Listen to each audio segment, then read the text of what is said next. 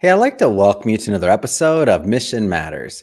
My name is Adam Torres, and if you'd like to apply to be a guest in the show, just head on over to missionmatters.com and click on Be Our Guest to apply. All right, so today my guest is Scott Cohen, and he is VP of Strategy and Marketing over at Inbox Army. Scott, welcome to the show. Thanks, Adam. Thanks for having me. All right, Scott. So big topic today, how AI is changing the email marketing landscape. And I'll tell you, we've been covering a lot of AI topics from different angles. This will be the first episode I've done on how it's affecting email. So I'm excited to get into this with you and pick your brain, not just for my audience, but for me too. We send email and we have a newsletter, so I want to know too. But that being said, before we get started with all that, we'll start this episode the way that we start them all, with what we like to call our Mission Matters Minute. So Scott, we at Mission Matters, we amplify stories for entrepreneurs, executives, and experts. That's our mission. Scott, what mission matters to you? Our mission here, and it really matters to me greatly at Inbox Army, is we help companies grow their businesses by building and growing their email marketing programs. I love helping companies grow. It's when I was on the brand side, it's been true. Agency side, it's true. A lot of what spurs growth, particularly from an email perspective, I call it shipping, getting stuff done, getting stuff out the door. Inbox Army is a full service email marketing agency. Our bread and butter is production, getting stuff done. I'll use the nice S word here. What our services enable is more resources for the companies we work with to focus on more strategic work, that cross-channel work, the big rocks that help those companies grow, right? So yeah, we play a small part, but it's so gratifying when we see growth in revenue, sales, their list growth, all that stuff. Like their success is our success, and I just love it. So I'm a big fan of email, and that's one of the first things I always tell people. They say, oh, I want to grow my podcast. I want to grow this. I want to grow that. And I say, well, do you have a newsletter? Do you send out that on an email? Do you have anything created around email? And they're like, many times, I shouldn't say everybody, like, no. And I'm like, I don't have an email list. I said, you do? I said, I think my email list started with my mom. I don't think my dad wanted to be on the email list. But I think that was my first podcast listener ever. Shout out to mom for that download. But that being said, that is also one of my biggest regrets at this company, is that I'm telling you, Scott, I'm embarrassed to say this. We were probably 3 years in before. We're 8 years old now, but we were probably 3 years in before we started actually emailing out our content and like giving. And the worst part is, podcast content is free. It's not like we were even sending out a newsies, something selling something. Of course, not that I'm against that, but we kind of skipped that step. And I don't know what it was. It was probably, you hear in the media all the time, email's dead, or is email this or email that. And you don't hear it as much now, but this is, going back 8 years ago when everything was supposedly social media and this and that. And I didn't understand it. I was just kind of getting into the marketing side of things. So just to be transparent. But that being said, email. Why is email so relevant now? Let's just start there. We don't even have to get into AI and all that yet. I just want to start with the basics. Like, why? Because there's some people watching this that are judging me that don't have their email together either. So don't judge. Yeah, you're not alone. Let's put it that way. It's the number of companies that we run into where they've been collecting names on their list for 4 or 5 years, right? And they may remember to do an email every once in a while if they're lucky. It happens. Email, I've been doing this for 15 years. I've been doing email as part over all of my job for 15 years. And, when I started, we were hearing, oh, email's dead, dead, right? And then I think about what's happened over the course of my career. Facebook launched email for a hot minute before they realized they didn't want to manage all those servers. Elon Musk just came out a week or two ago and said that he's working on a Gmail alternative, right? So you're thinking about, like, it's just kind of the little engine that could. I call it the offensive lineman of marketing channels, because most people don't think about it until there's a problem. Yeah. But it paves the way for everything else to work, right? We are in this age where cookies are going away. First-party data is becoming important. Well, where do you gather first-party data? It's not going to be in the walled gardens on social. It's not going to be in paid search and all that. It's your list. So, I always say, just get them on the list and then start emailing them. there's obviously a lot that goes into it, but Yeah. COVID kind of put it back on the map. I mean, how many, Mm, you remember, Adam, how many emails did you get from people going like, hey, this is what we're doing because we're shut down? yeah. And you A probably didn't lot. remember signing up for half of them, right? A So lot. email, because it's a cost effective channel, Mm, became so much more important.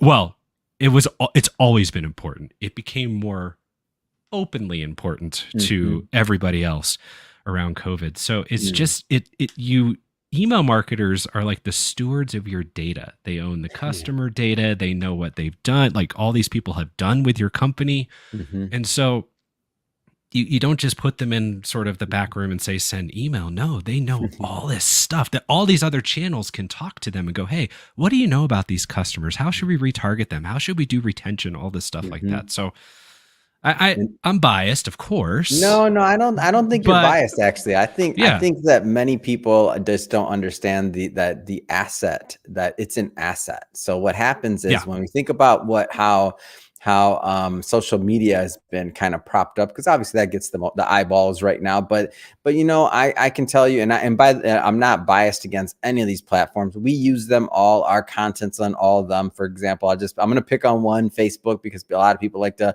pick on them. Unless they're watching or listening, Facebook, we love you. And if you're watching us on Facebook, hit the subscribe or follow button, whatever they got. But we use all of these. But my point being in bringing that up is that the algorithm, how they distribute the content, everything else. You're not in charge of any of that. I'm speaking for myself. Mission Matters. We spend, tons of money building followings on all these different platforms and putting out content and creating processes and things like that.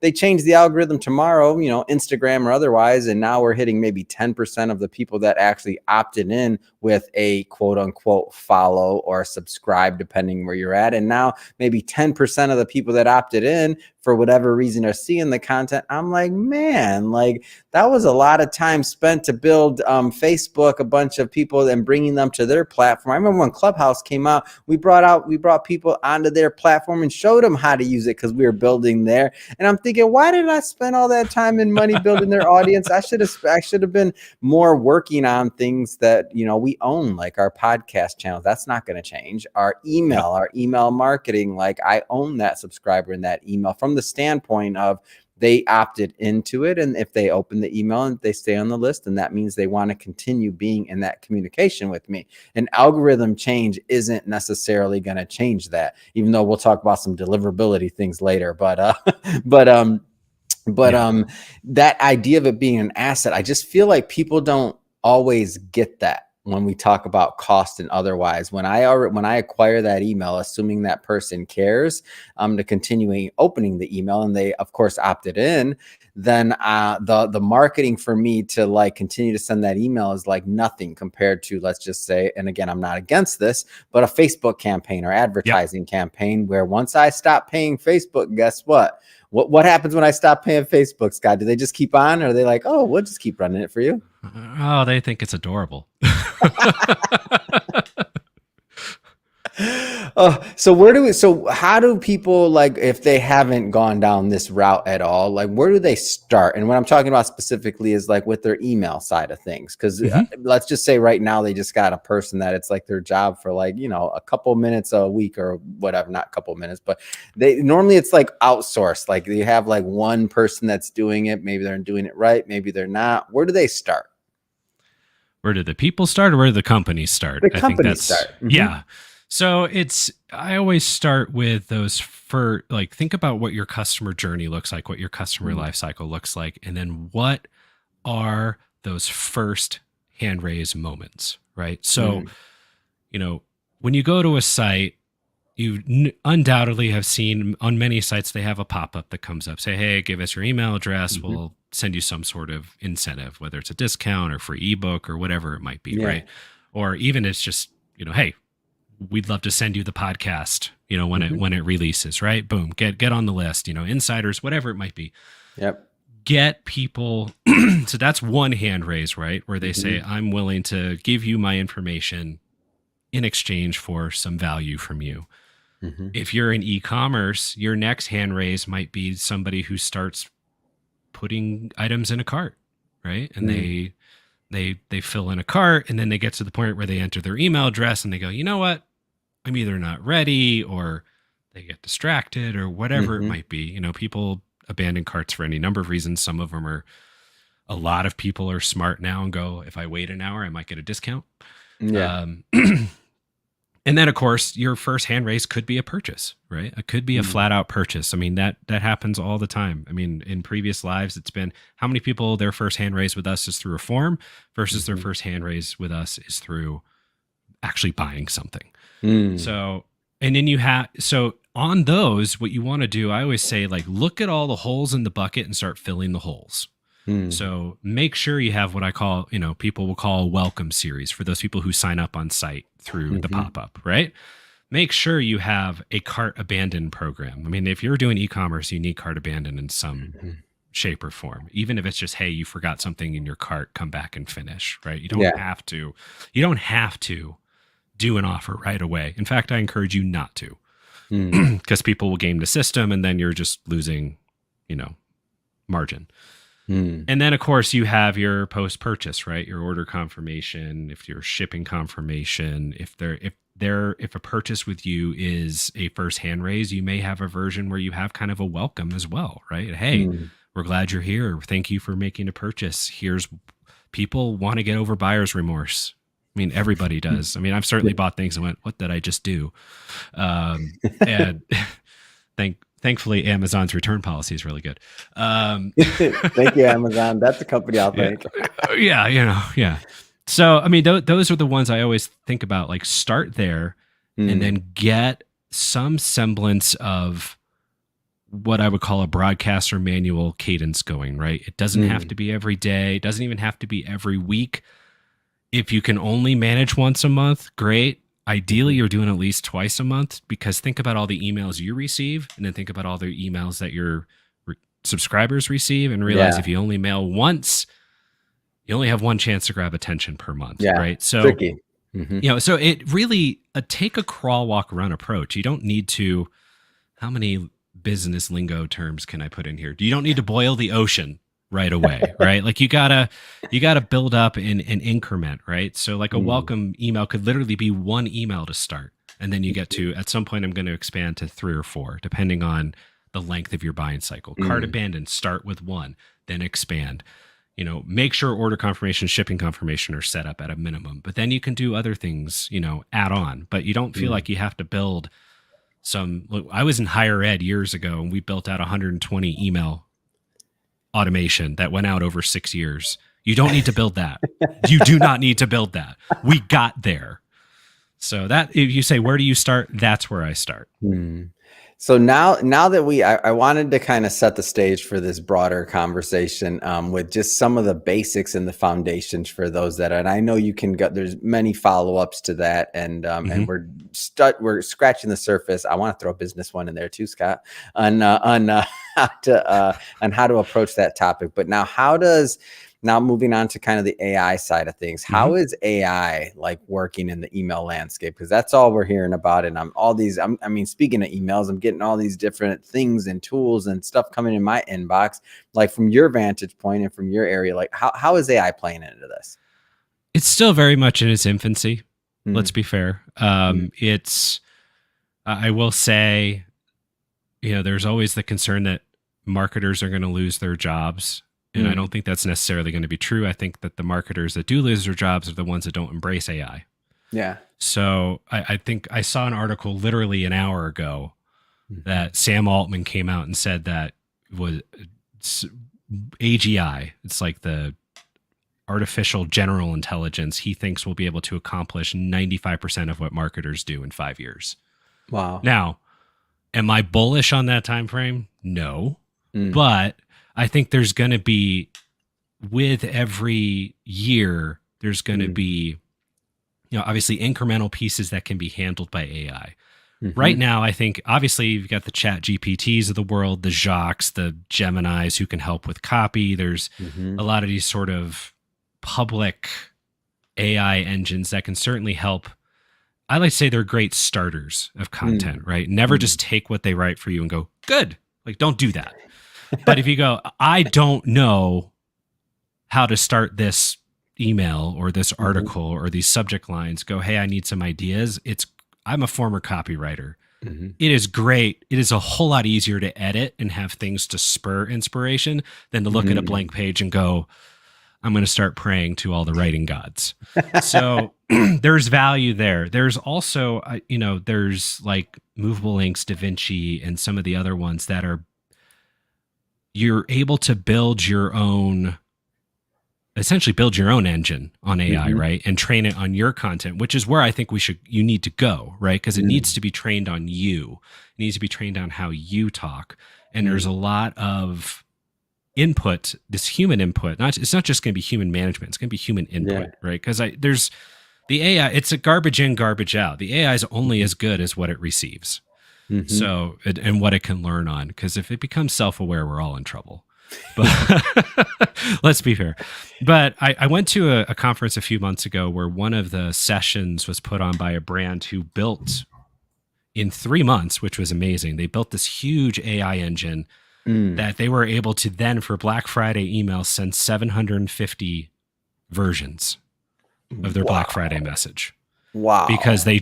they built all these content blocks and then Mm. trained the AI on that content and then said, now based on what you know on customer data and what we've put here, you build the emails in the way that makes the most sense for product recommendations and Mm. other sorts of content delivery. And I think that's where we're going. It's Mm. prompt engineering is going to become important. So not just, hey, give me 10 subject lines about XYZ, but like true Mhm. full prompt engineering. And then in terms of email, it's really going to be about content blocks and go, okay, we're going to Mm. build, and we do that now at a very high level with, email template design and things of Mhm. that sort, where it's like, okay, we're going to build it and it's going to be, you have 10 versions of, you have like a hero block and then a 2 column and then versions of 2 column and 3 column to then put in your content. The AI is going to draw on that and then actually put the content in.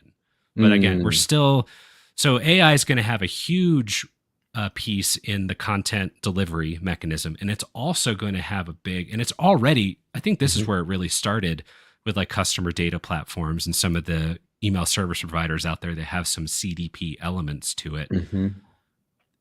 Audience, data science, all sort of targeting and segmentation and next best channel. So Mm. not just email, but hey, they don't really respond to email, let's send them an SMS. Or if you have a Mm. mobile app, it's hey, let's do push and SMS or push and email or just email. Like that's, it's going to become where the AI, and I would always say with anything, and this is true, and the best email marketers are testers, really good testers, Mhm. test your own assumptions versus what AI is telling you and just see Mm. what gets better results, right?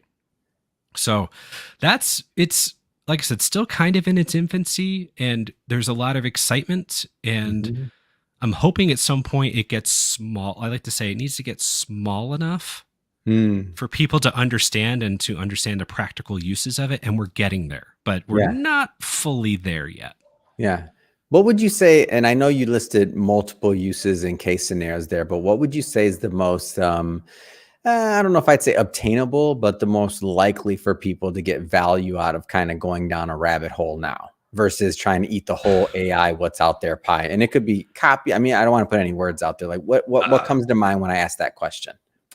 I think depending on what your tech stack is, there might be some immediate value on the audience intelligence side. I think Mm. Yeah.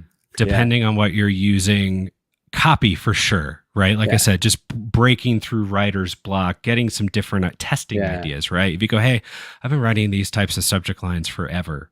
I just Mhm. need 4 different versions of it, right? Or 10 Yeah. different versions. And there are some providers out there that also help with AI generated and they've been for several years AI generated subject lines and things where they Mm. help you test Mhm. and do all that stuff like that. I think that's where we've seen sort of the immediate value now Mhm. and sort of what you can pick up tomorrow, right? Would be Yeah. a chat GPT, maybe the paid version, right? Because there's Mhm. more features in the paid version. But that's if you like say, hey, I'm going to go dabble. I'd probably dabble in chat GPT before really Mhm. trying to dabble into the audience intelligence. Mm. On the audience intelligence side, let's get a little let's like take us through. It could be something that you've done otherwise, or just kind of a case scenario. Let's get a little bit nerdy on it. Like, what's a possible use that you could see it working for now? Not the like in the future or something like that, like one day, but like what's a possible use case scenario? I will be honest and say I haven't done it to the AI effect yet, Mm, but I could envision it, and it may be probably is possible in some cases to do this yeah. now. But for example, one of the more advanced programs we like to build is what we call next logical product, right? So you Mm, bought. I worked in a mattress company years ago, and it was mhm, okay. I went to my data science team, my analytics team, and I said, "Give me everyone who purchased this mattress in their first purchase, and then what are the top 4 products that were purchased in a second purchase?" And then I mm. built out an email series, and this was more manual. Like I said, Yeah, yeah, yeah. AI can drive this, right, and make it more automated. And go, all right, I'm going to feature those 4 products Mm, in those emails and go, hey, this is great. Thank you for purchasing. We'd love for you to give you a little discount to come back and order some more. Here are some products we recommend. And you've seen product recommendations. Product of recommendations course. have really been a dynamic AI type driven thing. We just haven't called it AI until now. Let's be Hmm. fair. I mean, Yeah, big data. Anybody who remembers the term big data, it's kind of sort of AI, right? for So sure. it's At yeah, least at it's least where we're at with AI right now, right? Like, yeah. right, Hmm. exactly. Yeah. So we've had blanket terms for a while, but that I could see the decisioning and the product recommendations coming in and Mm, going much more rather than just sort of they purchase this, like they could factor in browse behavior. They can factor in, maybe it's zip code and, yeah, what we know about incomes in those zip codes, right? So it's like yeah. there's a lot of different factors that the engine can ingest and make those Mhm, decisions faster and more automated, which is where I mhm. think AI is going to go. What about timing? I'm just curious, like timing side of things of when to send, otherwise, like, does that play a role in or factor in it at all? I mean, send time optimization has been a thing Yeah, for a few years now. I mean, probably closer to 10. yeah. I my personal opinion is there's value if you're driving, like there's value in going, oh, this person is active right now in their inbox, right? Mm, Now, whether that's true or not, I mean, there's a yeah. lot of, it depends on a lot of signals and whether that's going to remain true with cookies and everything else, who knows? Mhm, Um, but it's also something that it can enable speed to market in terms of testing, right? Go, okay, I mhm, want you to send out every hour for the next 12 hours. And then, mhm, it does it automatically for you. Like you mhm. could do those things. I think it'll be interesting. And then it'll be able to ingest that and build your own send time optimization Yeah, intelligence, right? So there's, again, kind of in its infancy, yeah. but I think I mean, I've done it where I'll give you an example of a more manual Mhm, test we ran where we were sending at 6 a.m. forever, and I went, mhm, well, I'm going to test in the afternoon, late afternoon. It's a considered purchase. They may not want to do it first thing in the morning. mm, They have time in the evening. Let's send in the evening. And so we sent in the evening for like 3 weeks. I sent it multiple sends. Another mhm, thing, don't ever just send a test once, mm. because all you learn is what happened or didn't happen on a Tuesday, March 5th at Yeah, 1 p.m., right? That's all you learn if you yeah, only run it once, unless it's a total bomb, right? Like if it's a total yeah. bomb, but don't ever trust good news until you've repeated it. Mm, Um, but we ran that test for about 3 weeks, and I looked back and I said, huh, opens are better, hmm. clicks are better, but conversion's not. So Interesting. people were engaging, but they weren't purchasing.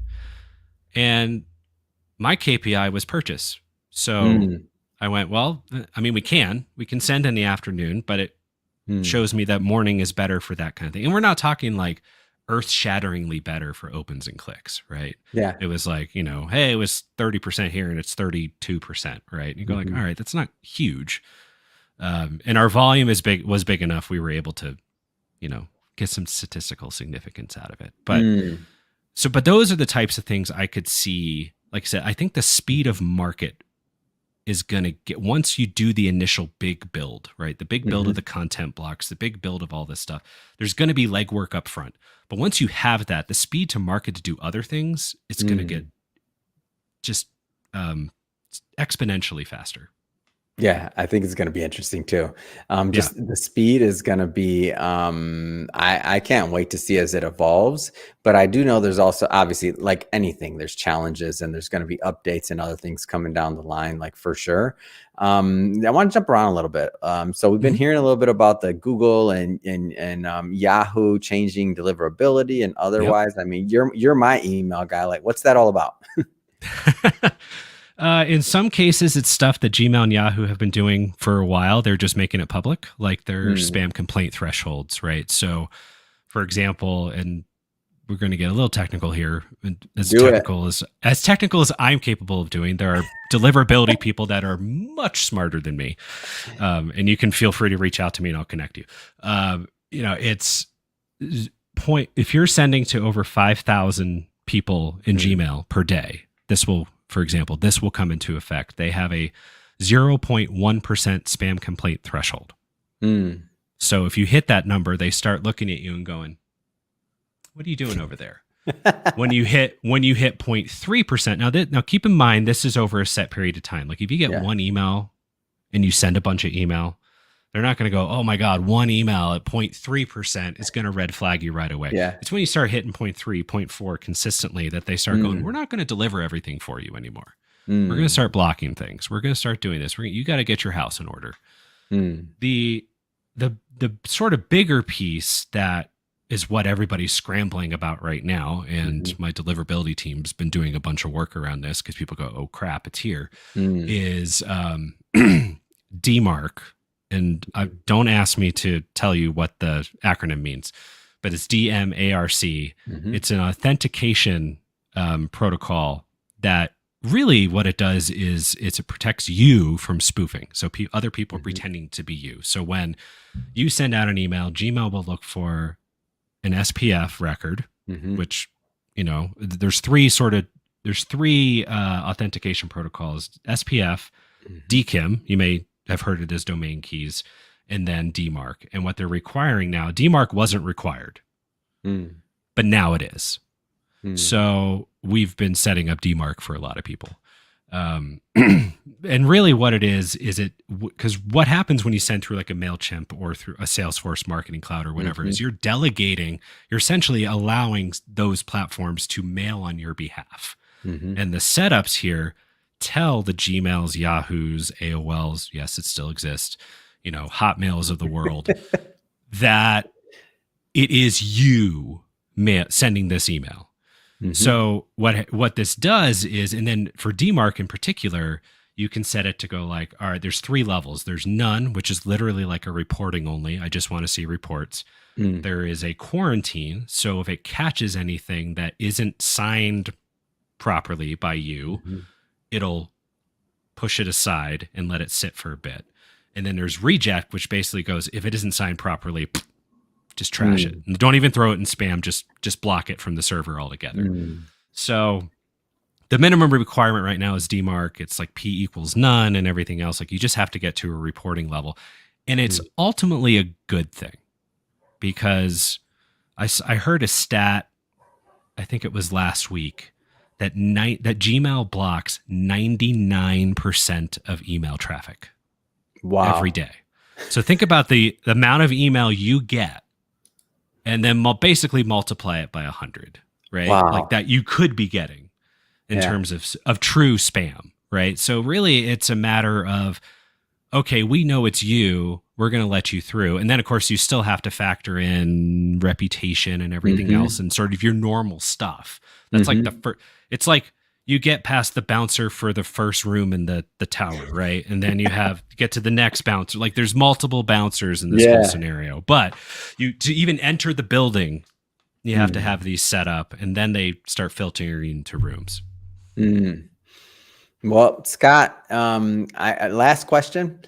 Yeah. You've been in email, you've been in the email game now 15 years, I think you said plus. What keeps you so passionate? Because talking to you right now, I mean, I'm a fan of email, but you're passionate, you're in there. Like, what keeps you so focused on email and so passionate about it? Like, why do you do what you do? I do what I do, one, because it really works. Yeah. So selfishly, it feels great to do stuff that works. Yeah. But it really is that combination of art and science, right? And I Mm, come from a copywriting background. I was a very briefly a music major in college, mm, and so I have that sort of, creative artistic kind of background. mhm, And then I have yeah, but did it do anything? Did it mm, work? And mm, email, because it's first party data, because mm, it's just so direct and integral into that customer journey, you can see mm. the fruits of your labor, right? I Yeah. mean, my early career, I was writing TV and radio ads, and this was Mhm. before the days of, I mean, Nielsen's always been kind of a, quotation mark Yeah. type thing, but this is long before the days of connected TV, CTV, right? Where Mhm. you could track things and do stuff like that. So the only way I knew something worked is if immediately after it went live, they had a rise in foot traffic and sales, Yeah. or just anecdotally, right? Like, hey, somebody came in and said they loved the commercial. Mm. But when I got into email, it was, I can send out a newsletter and see immediately, okay, this many. Now opens are a little fuzzy right now, but Mm.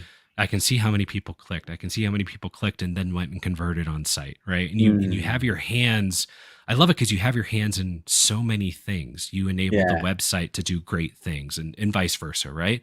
And Yeah. then you, like I said earlier, you own that data, so you can go to your other teams and be like, hey, do you guys want some data? Because I have some data for you. And you don't have to say it that weirdly, like, No, I you got the could do stuff. that. It's I fun. got the money, I got the stuff, right? But it's just the efficiency too. And so Mm. there's just so many things to like about it. And I also, if you're not in the email marketing community and you do email, you should, like, there's an email geek Slack, there's Mm.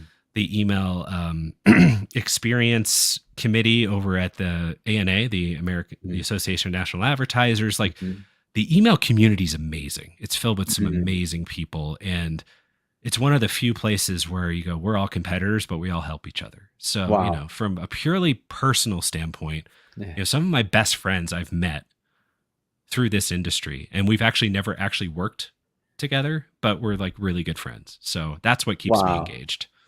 Man, that's great. That's a great answer, and I can see it. It comes through in your passion for the way you talk about email. It came through in this interview. That being said, I know there's just we only touched on so much today, and I'm sure that some that are watching are going to have more questions, more concerns, more thoughts, more. How do I get started? How do I figure out this email thing? Inbox Army. How do people reach you and your team? Yeah, so I mean, really easy. Inboxarmy.com. Mhm. We chose the name because it was 12 characters or less and easy to remember. And that's, I mean, hey, it works, right? If you want to find me, you can find me on LinkedIn. It's linkedin.com/in/Scott Cohen 13. Happy to connect with anybody and, help out. And if you need help with your email, come check us out. Fantastic. And for everybody that's watching, we'll put all that information in the show notes so that you can just click on the links and head right on over. And speaking of the audience, if this is your first time with Mission Matters or engaging in an episode, we're all about bringing on business owners, entrepreneurs, experts, and entertainers and having them share their mission, the reason behind their mission. Why do they do what they do? Like, what gets them excited to get out there and to make a difference? If that's the type of content that sounds interesting or fun or exciting to you, we welcome you. Hit that subscribe button. We have many more mission-based individuals coming up on the line, and we don't want you to miss a thing. Scott, thank you so much again for coming on. And hey, I know I'm more educated on email, and I'm sure my audience is as well. So thank you so much. Thanks, Adam.